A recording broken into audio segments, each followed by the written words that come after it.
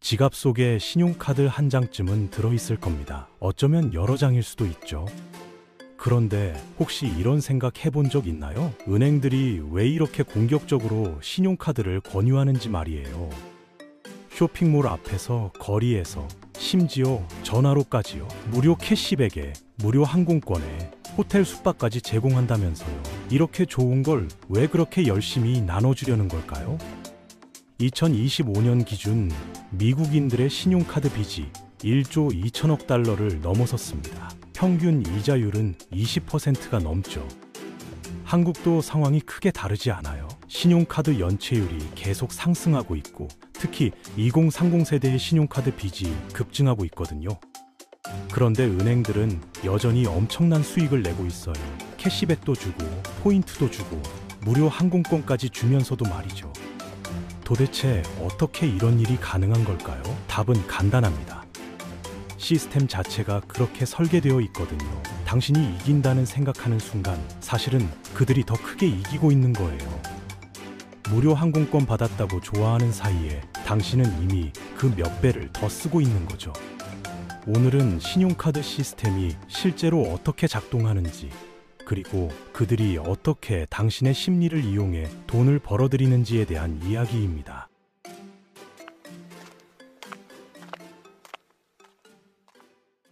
우선 기본부터 짚고 넘어가야 할 것 같아요. 신용카드가 정확히 뭔지 아시나요? 직불카드랑 뭐가 다른지 말이에요. 직불카드는 당신 은행 계좌에 있는 돈을 그대로 쓰는 거예요. 카드를 긁으면 그 즉시 계좌에서 돈이 빠져나가죠. 당신 돈을 쓰는 거예요.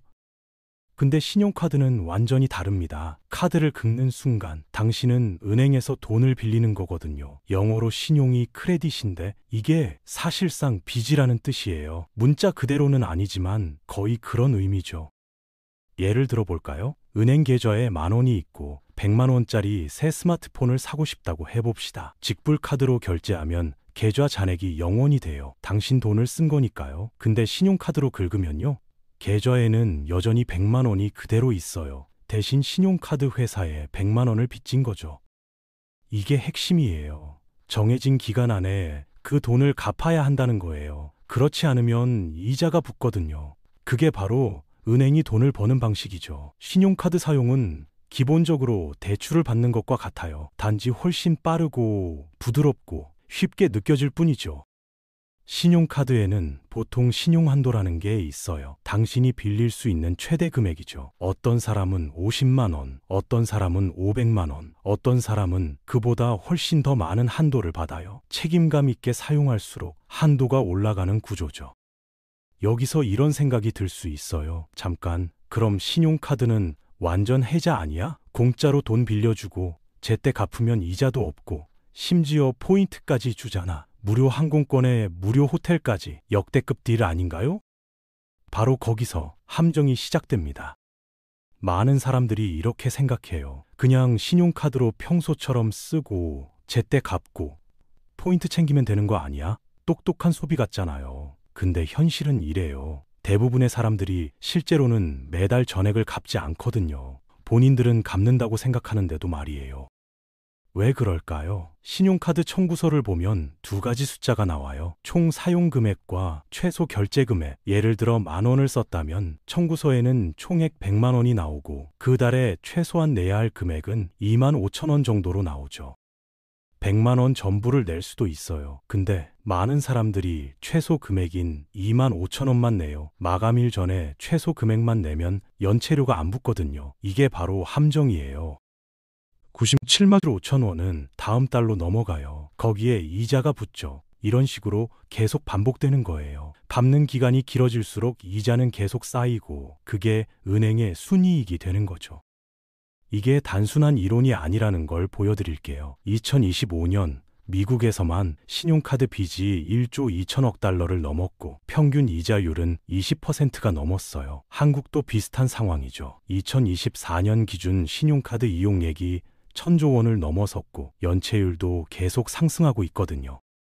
그럼 이런 생각을 할 수도 있어요. 나는 항상 제때 전액을 갚는데 절대 빚 안 지는데 그럼 문제 없는 거 아니야? 근데 아직도 공짜는 아니에요. 많은 신용카드가 연회비를 받거든요. 카드를 갖고만 있어도 매년 내야 하는 돈이죠.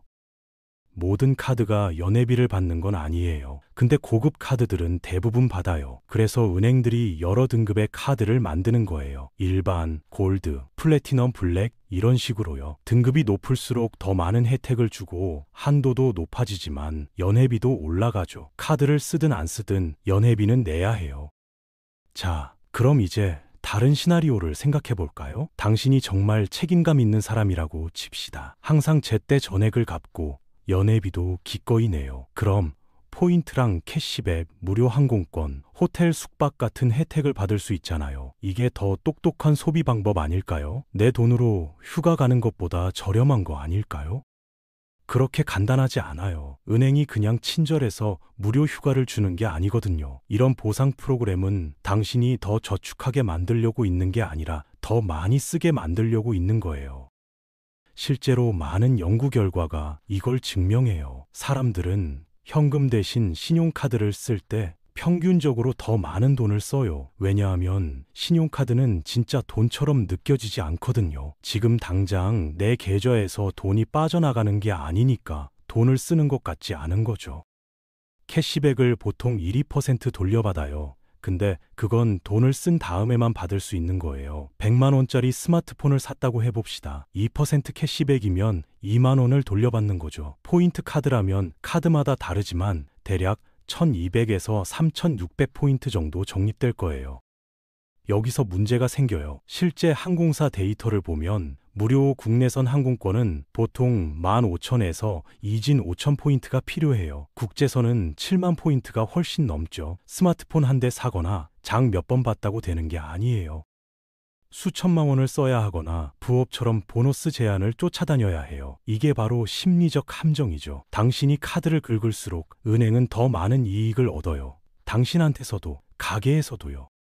신용카드 결제가 일어날 때마다 가게는 수수료를 내거든요. 보통 2~3% 정도요. 이 수수료를 메우기 위해 가게들은 가격을 살짝 올려요. 그러니까 현금으로만 쓰는 사람들도 결국 신용카드 시스템 때문에 더 비싼 가격을 내는 거죠. 신용점수 얘기도 빼놓을 수 없죠. 대출 받으려면 좋은 신용점수가 필요하다는 거 알고 계실 거예요. 이 점수는 일종의 신뢰 등급이에요. 은행한테 당신이 돈을 빌리고 갚는데 얼마나 능숙한지 보여주는 거죠. 이전에 대출 받아서 항상 제때 갚았다면 점수가 올라가요. 은행은 당신을 또 믿을 거예요. 근데 연체하거나 늦게 갚으면 점수가 떨어지고 대출 기관들이 불안해하죠. 신용 점수가 낮으면 대출 승인받기 어렵고 집 임대도 힘들고 심지어 취업도 어려울 수 있어요. 그래서 신용점수가 중요한 거예요. 논리적으로 보면 신용점수를 올리는 방법은 책임감 있게 돈을 빌리고 갚는다는 걸 보여주는 거예요. 정해진 날짜에 갚고 한도를 넘기지 않는 거죠. 신용카드가 이걸 하는 가장 쉬운 방법이거든요. 그래서 어떤 사람들은 신용카드에 집착하게 돼요. 점수를 빨리 올릴 수 있을 거라 생각하면서 필요하지 않은 것도 계속 긁는 거죠. 실제로는 엄청난 금액을 계속 빌릴 필요가 없는데도요. 근데 시스템이 그래야 한다고 느끼게 만들어요. 그래서 많은 사람들이 빠져드는 거죠. 그럼 이런 의문이 들 수 있어요. 부자들도 신용카드 쓰잖아? 맞아요. 많이 써요. 근데 차이점이 있어요. 대부분의 사람들은 더 많이 쓰기 위해 신용카드를 사용해요. 부자들은 자기 이익을 위해 사용하죠. 부자들은 신용카드를 쓰되 절대 이자를 내지 않아요. 항상 전액을 제때 갚죠. 보상과 혜택만 쏙쏙 챙기는 거예요. 그들에게 신용카드는 소비 도구가 아니라 혜택 수단이에요. 근데 돈을 많이 쓰지 않거나 책임감 있게 관리하지 못하거나 부채를 활용하는 방법을 제대로 이해하지 못한다면요? 빌리는 건 마지막 수단이어야지 일상적인 습관이 되면 안 돼요. 신용점수를 쌓으면 이자율 낮추고 보험료 낮추고 승인도 쉽게 받는 데 도움이 돼요. 근데 이건 통제력을 유지할 때만 가능한 얘기예요. 신용카드를 쓰고 싶다면 기억해야 할 게 있어요. 필요한 용도로만 쓰세요. 한도를 넘기지 말고 항상 제때 갚아서 이자가 안 붙게 하는 거예요. 작게 시작하고 싶다면 연회비 없는 카드를 고려해 보세요. 화려한 특전은 없을지 몰라도 대부분의 사람들한텐 충분해요. 신용카드가 로켓 과학이 아니에요. 올바른 사용법만 알면 되는 거죠. 이제 신용카드 시스템이 실제로 어떻게 작동하는지 아시겠죠? 은행들은 캐시백도 주고 무료 항공권도 주고 호텔 숙박도 제공하면서 수백억, 수천억을 벌어들여요. 어떻게 가능한 거냐고요? 시스템 자체가 당신이 깨닫지 못하는 사이에 더 많이 쓰게 만들도록 설계되어 있거든요. 무료 항공권 받았다고 좋아하는 사이에 이미 그걸 얻기 위해 그 몇 배를 더 쓴 거예요. 2%를 돌려받으려고 100%를 더 쓰는 거죠. 2만 원 캐시백에 현혹돼서 100만 원을 더 쓰는 거잖아요. 계산기 두드려 보면 금방 알 수 있는 건데 그 순간엔 보이지 않는 거예요. 은행들이 왜 그렇게 공격적으로 신용카드를 홍보하는지 이제 이해가 가시나요? 쇼핑몰에서, 거리에서, 전화로, 문자로, 심지어 사람들한테 가입을 강요하듯이 권유하죠. 그들이 관대해서 무료로 혜택을 나눠주는 거라고 생각하시나요? 만약 누군가 뭔가를 너무 열심히 권한다면 그건 아마 선물이 아닐 거예요. 그건 거래고 그 거래에서 그들이 더 큰 이익을 보는 거죠. 신용카드를 쓴다면 항상 자신과 지출을 통제하세요. 오늘날 대부분의 사람들이 쉽게 빠지는 함정이니까요. 오늘은 신용카드 시스템의 진실에 대한 이야기였습니다.